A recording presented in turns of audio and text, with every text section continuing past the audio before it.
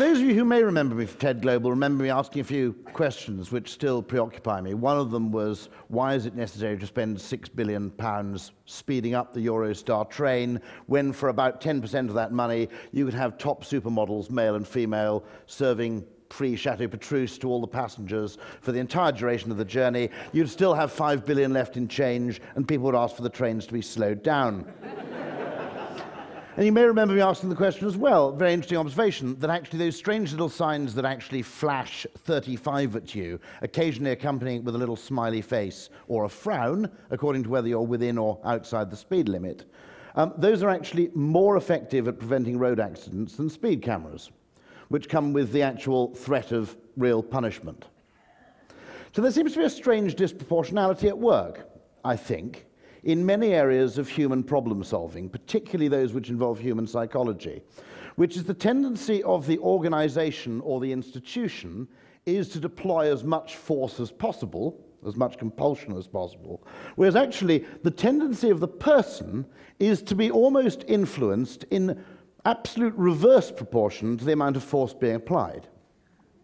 So there seems to be a complete disconnect here. So what I'm asking for is the creation of a new job title, I'll come to this a little later, and perhaps the addition of a new word into the English language.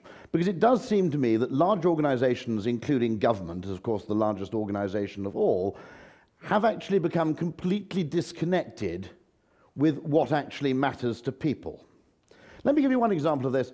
You may remember this as the AOL-Time Warner merger, okay? Heralded at the time as the largest single deal of all time. It may still be, for all I know. Now, all of you in this room, in one form or other, are probably customers of one or both of those organizations that merged. Just interested, did anybody notice anything different as a result of this at all? So unless you happen to be a shareholder of one or the other organizations, or one of the deal makers or lawyers involved in the no doubt lucrative activity, you were actually engaging in a huge piece of activity that meant absolutely bugger all to anybody. Okay? By contrast, years of marketing have taught me that if you actually want people to remember you and to appreciate what you do, the most potent things are actually very, very small. This is from Virgin Atlantic Upper Class. It's the Cruet Salt and Pepper set. Quite nice in itself, they're little sort of aeroplane things. What's really, really sweet is every single person looking at these things has exactly the same mischievous thought, which is, I reckon I can heist these. However, you pick them up, and underneath, actually engraved in the metal, are the words, stolen from Virgin Atlantic Airways, upper class. Now, years after you remember the strategic question of whether you're flying in a 777 or an Airbus, you remember those words and that experience. Similarly, this is from a hotel in Stockholm, the Lidmar. Has anybody stayed there? It's the lift. It's a series of buttons in the lift. Nothing unusual about that at all. Except that these are actually not the buttons that take you to an individual floor. It starts with garage at the bottom, I suppose appropriately, but it doesn't go up garage, ground floor, mezzanine, 1, 2, 3, 4. It actually says garage, funk, rhythm and blues. You have a series of buttons, you actually choose your lift music. My guess is that the cost of installing this in the lift in the Lidmar Hotel in Stockholm is probably £500 to £1,000 max. It's frankly more memorable than all those millions of hotels we've all stayed at that tell you that your room has actually been recently renovated at a cost of $500,000 in order to make it resemble every other hotel room you've ever stayed in the entire course of your life. Okay? Now, these are trivial marketing examples, I accept, but I was at a TED event recently, and Esther Duflo, probably one of the leading experts in effectively the eradication of poverty in the developing world, actually spoke. And she came across a similar example of something that fascinated me as being something which, in a business context or a government context, would simply be so trivial a solution as to seem embarrassing. It was simply to encourage inoculation of children by not only making it a social event, I think good use of behavioral economics in that if you turn up with several other mothers to have your child inoculated, your sense of confidence is much greater than if you turn up alone.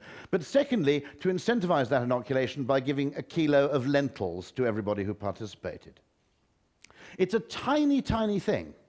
If you're a senior person at UNESCO and someone says, "So what are you doing to eradicate world poverty?" you're not really confident standing up there saying, "I've got it cracked, it's the lentils," are you? Our own sense of self-aggrandizement feels that big, important problems need to have big, important, and most of all, expensive solutions attached to them. And yet what behavioral economics shows time after time after time is in human behavior and behavioral change, there's a very, very strong disproportionality at work. That actually what changes our behavior and what changes our attitude to things is not actually proportionate to the degree of expense entailed or the degree of force that's applied. But everything about institutions makes them uncomfortable with that disproportionality. So what happens in an institution is the very person who has the power to solve the problem also has a very, very large budget. And once you have a very, very large budget, you actually look for expensive things to spend it on. What is completely lacking is a class of people who have immense amounts of power but no money at all. And it's those people I'd quite like to create in the world going forward. Now, here's another thing that happens, which is what I call sometimes Terminal 5 syndrome, which is the big expensive things get big, highly intelligent attention, and they're great, and Terminal 5 is absolutely magnificent. Until you get down to the small detail, the usability, which is the signage, which is catastrophic. You come out and arrive at the airport and you follow a big yellow sign that says trains, and it's in front of you. So you walk for another 100 yards, expecting perhaps another sign that might courteously be yellow in front of you and saying trains. No. The next one is actually blue to your left and says Heathrow Express. I mean, it could almost be rather like from that scene from the film Airplane, a yellow sign. That's exactly what they'll be expecting. And so what happens in the world increasingly, now all credit to the British Airports Authority, I spoke about this before, and a brilliant person got in touch with me and said, okay, what can you do? So I did come up with 5 suggestions which they are actually actioning, one of them also being, although logically it's quite a good idea to have a lift with no up and down button in it, if it only serves 2 floors, it's actually bloody terrifying, okay? Because when the door closes and there's nothing for you to do, you've actually just stepped into a Hammer film. So these questions, what is happening in the world is the big stuff actually is done magnificently well.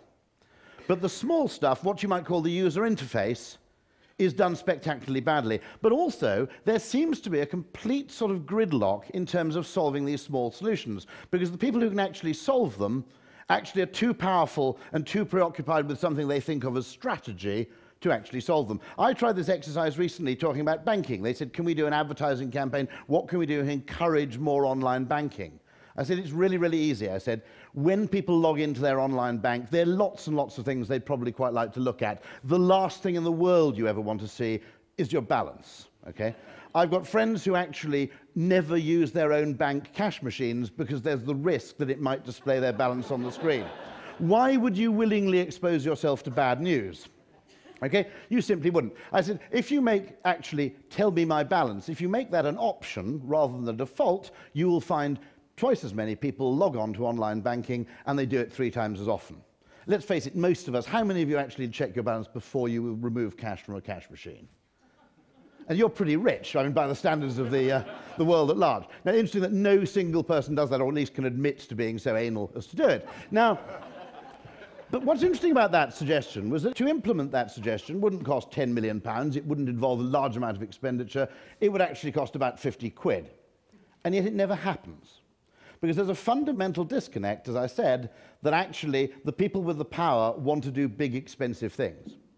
And there's, to some extent, a big strategy myth that's prevalent in business now. And if you think about it, it's very, very important that the strategy myth is maintained, because if the board of directors convince everybody that the success of any organization is almost entirely dependent on decisions made by the board of directors, it makes the disparity in salaries slightly more justifiable than if you actually acknowledge that quite a lot of the credit for a company's success might actually lie somewhere else, in small pieces of tactical activity.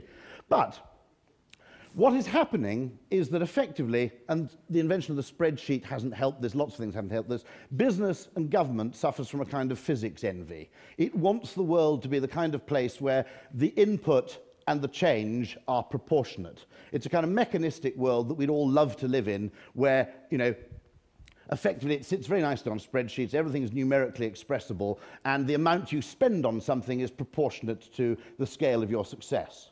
That's the world that people actually want. In truth, we do live in a world that science can understand. Unfortunately, the science is probably closer to being climatology. in that in many cases, very, very small changes can have disproportionately huge effects, and equally, vast areas of activity, enormous mergers, can actually accomplish absolutely bugger all. But it's very, very uncomfortable for us to actually acknowledge that we're living in such a world. But what I'm saying is we could just make things a little bit better for ourselves if we looked at it in this very simple four-way approach. That is actually strategy, and I'm not denying that strategy has a role.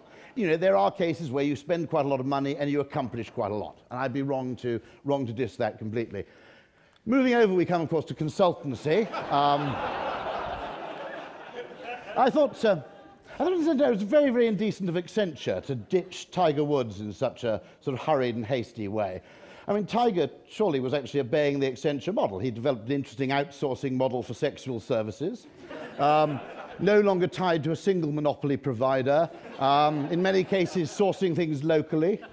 And of course, the ability to have between 1 and 3 girls delivered at any time led for better load balancing. So what Accenture suddenly found so unattractive about that, I'm not sure. Then there are other things that don't cost much and achieve absolutely nothing. That's called trivia. But there's a fourth thing.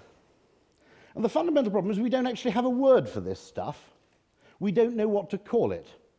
And actually, we don't spend nearly enough money looking for those things, looking for those tiny things that may or may not work, but which, if they do work, can have a success absolutely out of proportion to their expense, their effort, and the disruption they cause.